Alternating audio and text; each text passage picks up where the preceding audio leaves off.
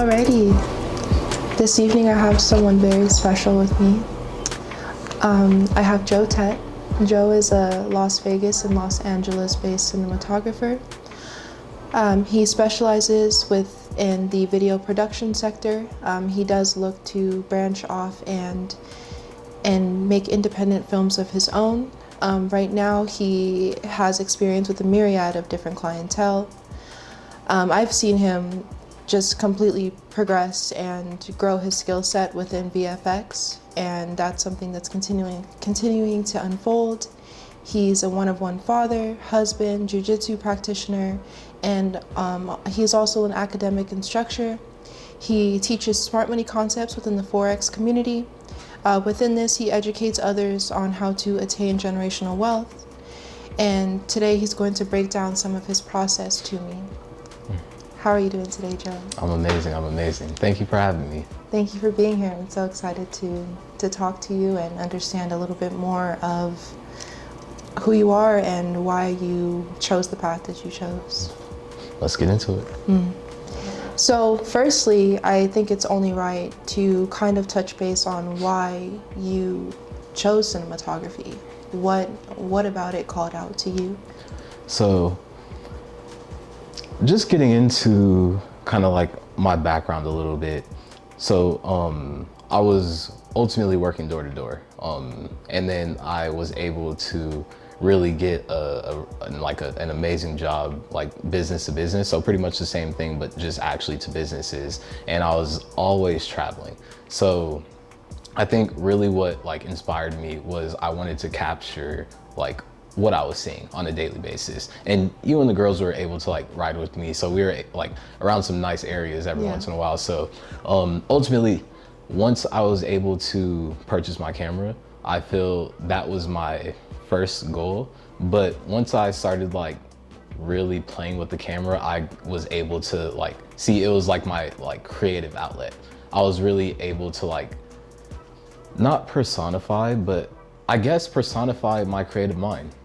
So anything I'm thinking about, I'd be able to like throw a little spin on it, a whole lot of Photoshop.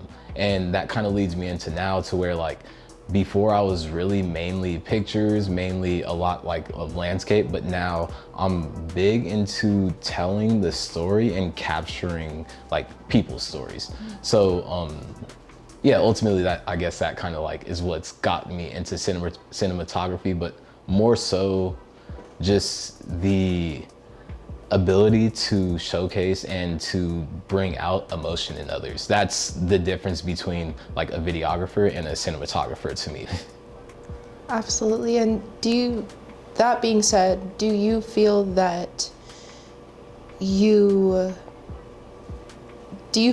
are living right now, working right now within your purpose? Like, do you feel that cinematography aligns you with your sole purpose? So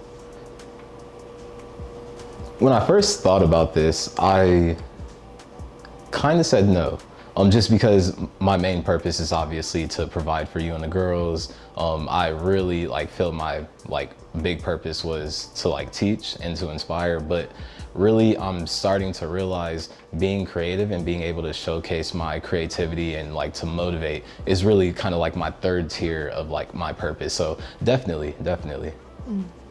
It shows. I think it definitely shows in the work that you purvey. And so let's say it's production day, right? You're going out to a new location. This is a paid project. What does that look like for you? All right, so if we're getting into like the nitty gritty of things, first things first, it's like depending on the project, I got to figure out what equipment am I going to be using. Am I using both cameras? Am I using a single camera? Am I using like larger focal length lenses? Am I using a drone? So once I pretty much understand exactly what lenses I'm going to be using, I pretty much just throw it all into my bag, throw it into the front seat, I head over, and then like it's a cool little fact about me. I'm very ritualistic. So going into my shoots, going into my editing process, going into anything to where I really need to like get my mindset kind of like locked in, I play a playlist. I have a music playlist. So this music playlist pretty much just allows me to get into my zone, and I'm like very specific on what songs I listen to and in what order.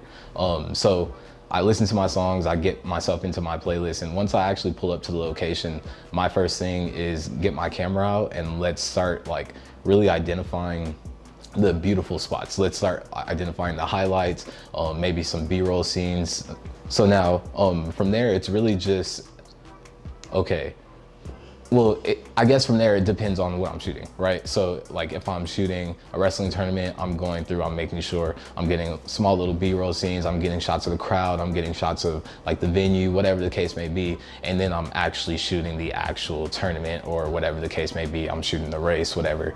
And once I'm shooting, I'm pretty much, it's kind of just like, I'm locked in. I just go with the flow of things. I'm really trying to make sure I get like a multitude of angles and different focal lengths. So it's really zoomed in, kind of like wide, so I can like really establish things and really be able to like get a whole lot of data to where I can tell the story, even in like, let's say you're an athlete and you have me come out to a football or basketball game and you guys get completely blown out. I can, even though you guys got completely blown out, you had a bad game, I could still tell a story and be able to showcase the good within the game for you.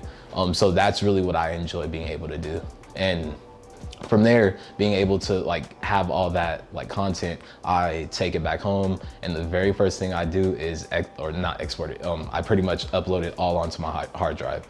Now that's pretty much to make sure that like all the files are pretty much like safe and don't get corrupted, because there has been a time where unfortunately that's happened. But yeah, so from there it's just getting into the editing process, and once again I lock myself in. I'm listening to a multitude of songs, and this is to figure out like, okay, as we're going through these clips and I'm writing down, okay, this is happening here, this is happening here, this is happening here, I'm really able to get a vibe and be able to feel. So once that perfect song comes around, it's like, oh, these clips all go with this song. So once I have that song, it's really easy to get into like the editing mode. But that's really the hardest part about the editing process, is finding that like one song.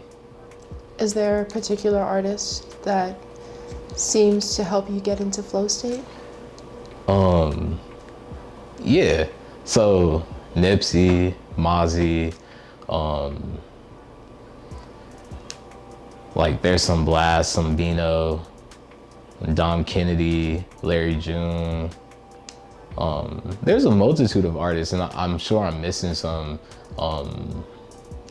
just like spitting off the top of my head, but and it really depends on like what level of locked in I'm trying to get. You know, because it starts off mellow, like pretty much it's like a story as well. It starts off mellow. It's like you wake up in your morning, you're doing stuff, you're going about your day. The littest part of your day is not going to be until later.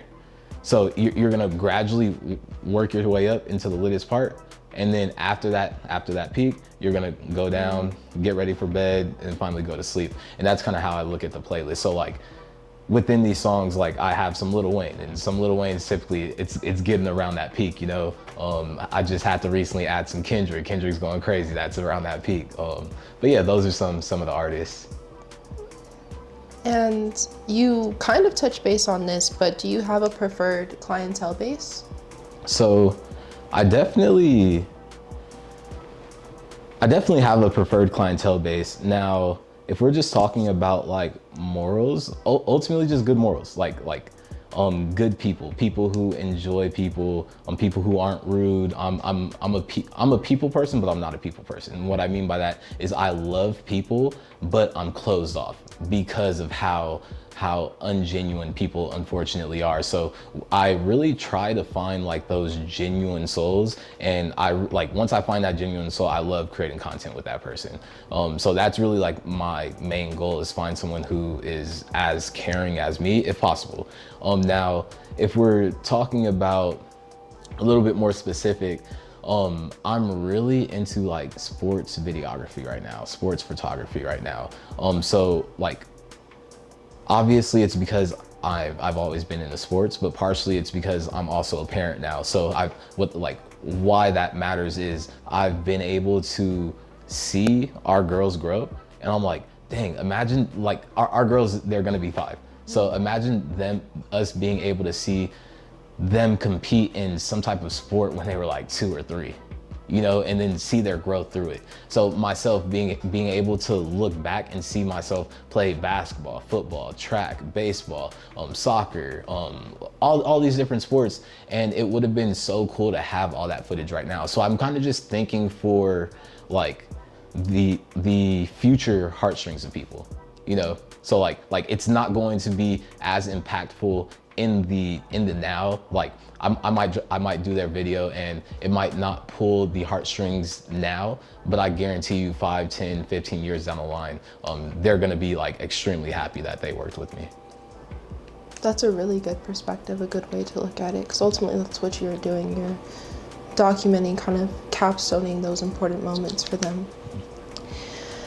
So then when it comes to personal projects in comparison to paid projects, do you notice a big contrast when it comes to your motivation? So the contrast is poetic.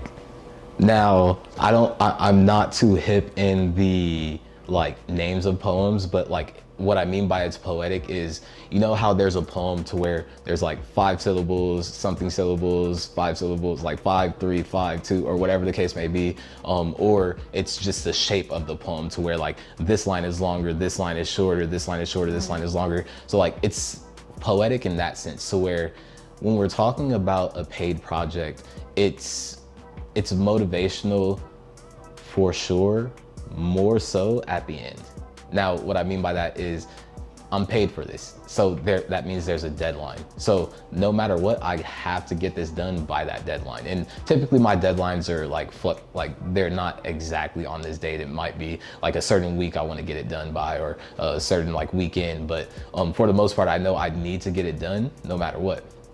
Now, on the opposite side of the spectrum, this is where we run into like the motivation is amazing at the start due to the fact that I'm doing exactly what I want to do. Like I don't have nobody telling me what I can't do. I'm literally going into this with my full creative vision, and it's my interest. Sometimes I will have to shoot something for someone that like I might not be too interested in, but I can still throw my spin on it and make it look amazing, even though I'm not too interested. So that's why like my personal projects start off a lot more kind of like motivating to start, but due to the fact that there's no timeline, due to the fact that like sometimes I can be a bit of a perfectionist, due to the fact that I'm not where I'm at, like skill-wise, creatively, I might hesitate in actually finishing. Now, what I mean by that is I might feel, okay, my skill level isn't here. I want to watch a few videos and get it up here and practice a few things. And then that'll make me not work on a project for maybe a few weeks or whatever the case may be until I get back to that. Instead of just dropping the project and then as soon as I drop the project, start practicing so I can add it into my next project, you know? So yeah, that's kind of like the poetic balance of them. Like personal projects, it's really a lot of motivation at the beginning, and then towards the end it kind of falls off just due to the fact that I'm always like so much of a perfectionist, and then vice versa. So at this time, do you have a most anticipated project, maybe one that is planned? So it's not too planned. I have a few projects that I'm definitely looking forward to. First things first, I guess one that's for sure planned, I'm gonna be knocking out my first music video with my guy likewise, so definitely excited for that. But so now what I'm really like excited for as far as something that's not too planned, this is definitely gonna get me out of my comfort zone, but now what it is I'm going to be taking on a whole new style of like camera style, a new style of like editing work, and I'm really going to be doing some research into interviews. So I would like to do like an interview documentary style, like kind of like not a series, but pretty much an interview documentary. Now I want this to be with a pretty skillful like videographer or cinematographer from out here in Las Vegas. Now, I'm not gonna say his name just because it's not confirmed, and I really want this to play out, so I don't want to like put something out there that's not out there. But ultimately, this is really what I'm looking forward to, just because it's going to be something completely new to me. Number one, number two, I'm really going to be networking. Like him just even potentially saying yes puts me into a whole crazy circle, because like this guy's videos, I was just watching, like he has videos from 2017 of him like crazy edits, insane edits. So it's like he's been progressively getting better throughout the years, and like this is someone who I can go to his page and really just study the post, like the videos he posts, and gain so much value from. So I'm imagining if I do have the chance to interview him, ask him specific questions, ask him or see his like editing process, see how he goes about shooting, I feel like it'll definitely be like a huge benefit to me, and like extremely or more so it can put my, I feel it can put my career in a position that like would be hard to reach if I don't have that step, you know.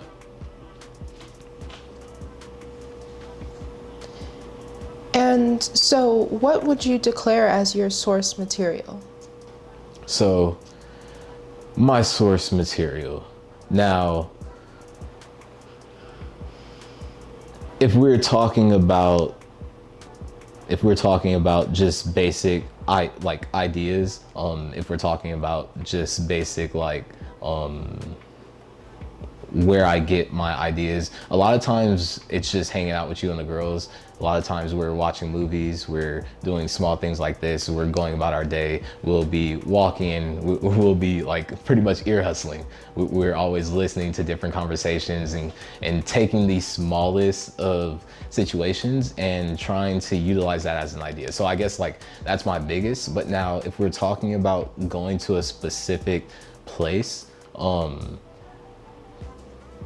for sure, I would have to say Instagram, just due to the fact that I'm big in networking. I'm a big student, so I'm always following a bunch of different creators. If I see you post one video and it looks good, I'm walking in, I'm following you, I'm showing you love, I'm commenting on it, I'm liking it, I'm letting you know what I like about it, like what I actually learned from it. I'm trying to really engage and really be able to build relationships.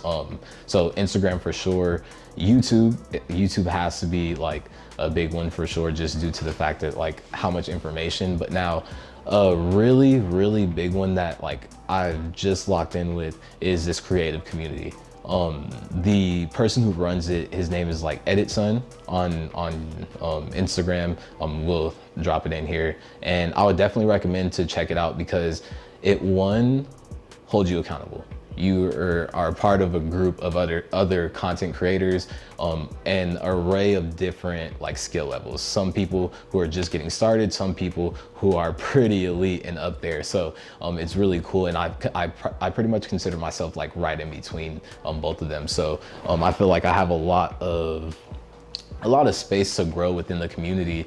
Now, what's really cool about the community is he drops a video every week, as far as giving us an assignment. Now, this video assignment, he does the assignment first. He shows us what the assignment should look like.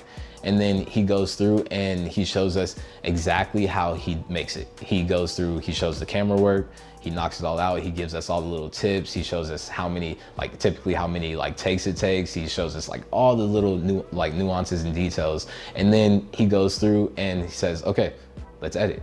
And he shows us once again everything in editing. So it makes it to where the simplest of things can get done, and the hardest of things can get done, just because you're simply following his steps. Like you could literally edit and have maybe like the video on your phone, you know.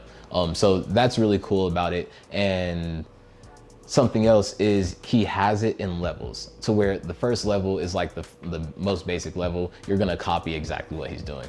The next level is actually a little bit more like advanced, to where you might add on to the story. Like instead of just doing basically what he's doing, throw your spin on it and change up the story a little bit. You know, so now the next level might be, okay, you change up the story, but now, okay, let's work on some masking. You already know how to mask, so do some masking, do whatever the case may be. Maybe it's a cool transition, maybe it's a certain like visual effect. And as you are going through and feeling more comfortable, you can feel free to take on, and you can do like the basic project, and you can do the level 2 and the level 3 and the level 4.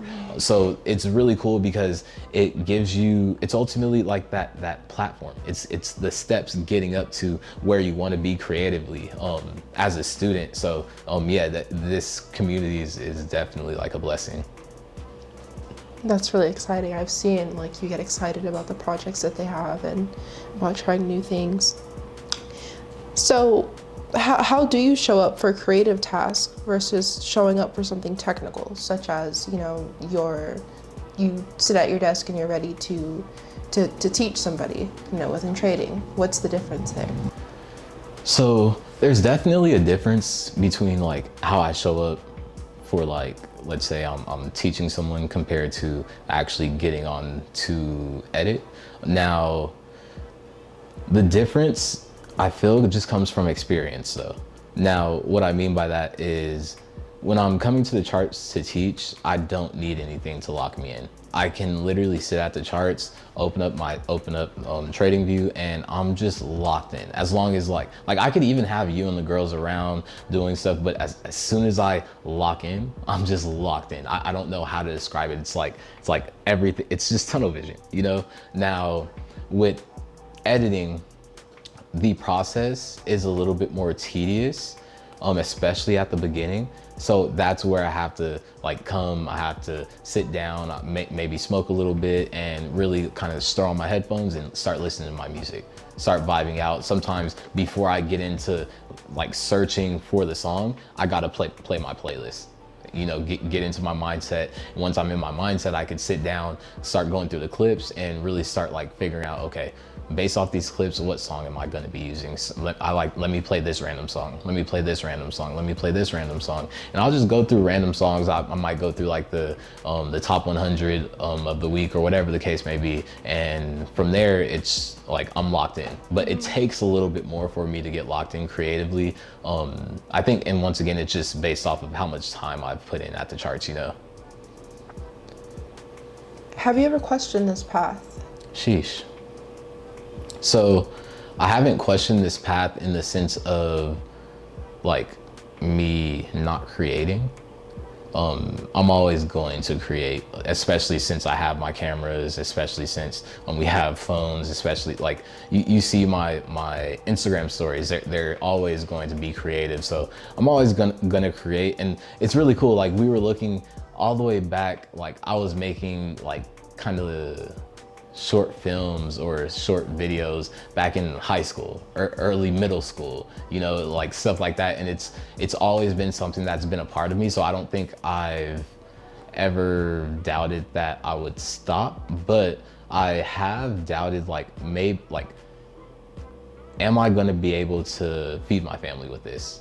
You know, so, and I feel once again, like everyone's gone through this, and I don't, like, let's say for some reason I can't feed my family with this. It's not going to change my love for creating anymore. Like I just do this just because I love it. So if I am able to make a living from it, then I love it even more, you know? Do you make sure that there's always a piece of you within all of your projects? Or do you find it more convenient to just kind of go with what the client wants and follow that suit? So, of course, it would be easiest to go with the client wants and just give them exactly what they want. But I feel people work with me for a reason. I'm not just a videographer. So with that being said, I definitely have to put myself into every project. I have to put my spin onto every project, just enough, you know, just enough. And I know when I can put more and when I can put less, just depending on who I'm working with and what their demands are.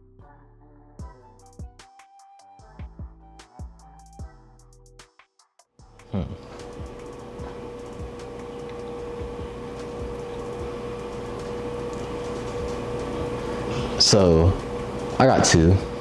I have two pieces of advice. My first one is you have what you tolerate. It's one of my favorite quotes. I know you probably don't like it that much because of how I go about using it, but you truly always have what you tolerate. Like, if you don't have the clientele you want, it's because you're tolerating not having that clientele. If you don't have the editing skills that you want, it's because you're tolerating not having those editing skills. These are things that are all fixable. You just gotta work towards. So once you can identify, like, oh, this is making me feel like a victim almost. You just, like, instead of feeling like that victim, just being able to switch it, and instead of being a victim, be that victor. But now the second piece of advice I would say is just get started now. Don't not do something because you don't have the equipment. Don't not do something because you don't have the skill set. Just do it now, and you can, one, like, surprise yourself based off of like the work you're putting in like currently, but then two, it's always cool to see your growth. You know, you like, what's the point of doing something perfect on the very first time? The second time you do it, it's not going to be fun. Like, I really enjoy being able to have a project and have one random video that I saw throughout the week and just tell myself, I want to add that within my video. Even if it could be within my video for a half second.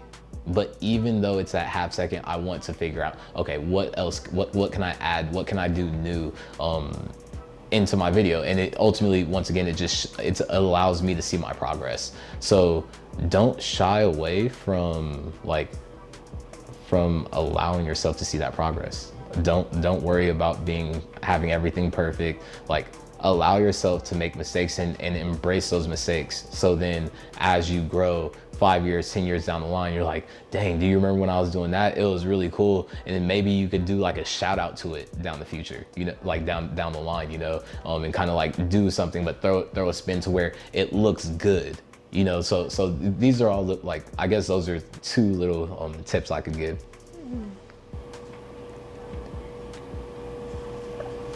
What's next? Do you have any specific intentions set out for your career or any predictions? So what's next for me, I feel like I'm at a point to where I'm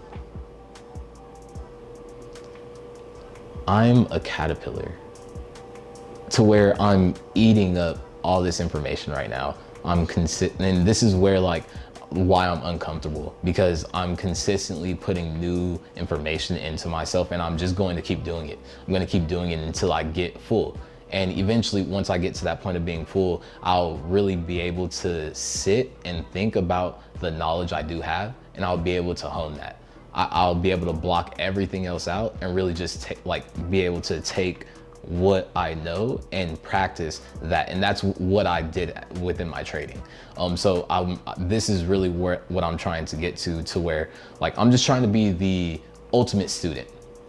And once I can finally break out and get out of that cocoon and start being able to spread my wings, this is where, like, I'd want to already have the practice of working with certain high schools, working with certain colleges, maybe junior colleges, maybe D2, D3, D1 colleges, to where I can then set myself up to be able to work with an organization such as like the NFL or the NBA, such as like the UFC, these larger organizations, just to, one, be able to impact a multitude of people, really, once again, be able to allow people to feel more than like what they usually feel from the basic content. But then two, like, I want to be able to be around the best. You know, I want to be able to learn from the best.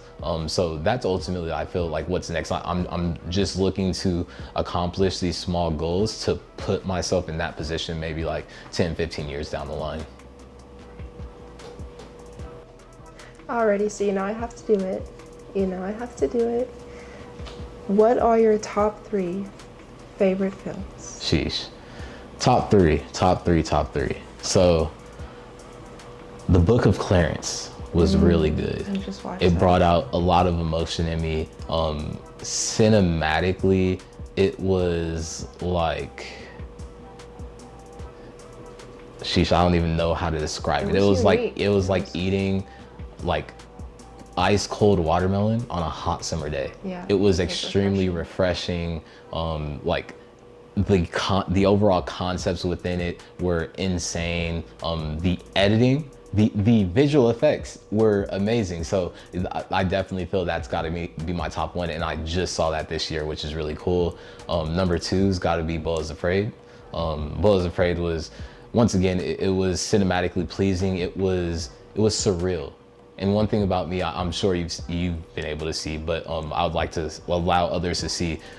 Back in my past, my pictures were always like my Photoshop pictures. They're always extremely surreal. Surrealism is something I want to add within my videography as well, which is why I'm practicing my VFX right now. So I really appreciated it for that. The storyline was amazing. It was just like what it did to your brain was really cool. And then number three, I would have to say Poor Things. Poor Things, once again, it's cinematically pleasing. Is it A24? It is not. It is not A24, unfortunately. But even though it's not, it still seems like an A24 film. It was shot really good. I love the shots. The just, once again, it just being surreal. The story. Those are definitely my top three. And then if I had to give you a four, my top Rushmore, anything A24. Boom. Goddings. Yeah, there's definitely some more that we have to check out, some more that we haven't seen. What's your favorite A24 that you've seen so far? I can't give that to you right now. Maybe next interview. Next one. There will be a next one. He confirms it for me. Alrighty, and then thank you for being here with me. It's been such a pleasure. I'm so excited to kind of touch base with you soon and see what's unfolded between now and then. Lastly, how can we get in touch with you? How can we connect with you? All right, so y'all could definitely show me some love on YouTube at Schematic Solutions, Instagram at The Life of JT3, or at F3.3 Solutions. So that's pretty much it, or Schematic Solutions. Yeah, we'll drop them. Yeah, we'll drop them below. All right. Well, thank you again. Thank you.